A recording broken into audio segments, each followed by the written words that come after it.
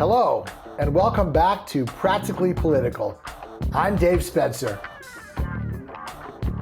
And I'm Carrie Sheffield. Let's get to it, Dave.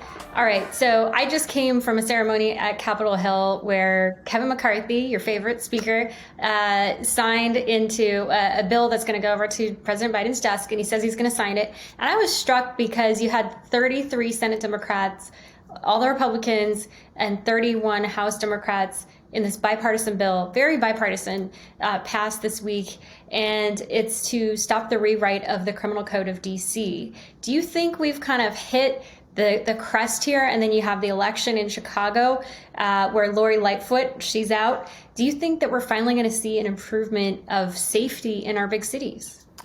Well, let me say a few things, if I may. First of all, this reminds me of our favorite term, right? The circular firing squad. I just do not understand, when crime was perhaps one of, if not the biggest issues, why this bill would be passed. It's like health care for illegal immigrants. It makes no sense to me. But having said that, let me take a step back and say a couple things. First of all, to answer your question, yes, I do think people are starting to react. Don't forget, in San Francisco, they recalled the DA because he wasn't prosecuting people. School board members have been recalled. I think even liberals have their limits. But what I wanted to say was two things. First of all, the Democrats, as you've heard me complain many times, can be wimps. And there's no bigger issue where they've been more craven on crime. They just totally surrendered the issue. There is no evidence that there is more crime in Democratic areas. In fact, rural areas, which tend to be red, often have more crime. Bakersfield, California, Kevin McCarthy's hometown, Republican mayor, higher homicide rate than LA or San Francisco. So this is an issue that the Democrats just wimped out on. And it's equally bad on both sides. But I do think, yes, the tide is starting to turn. People have had enough. And you will see, I think you're going to see more efforts made on police and more efforts made to address the crime issue. What say you?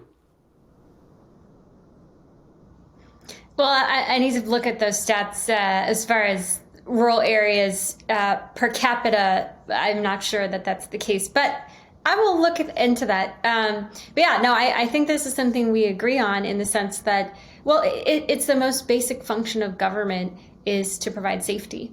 If you can't even get the basics right, and it's people of color who are hurt the most when you defund the police. So that's both from a moral argument and just from an overall quality of life argument.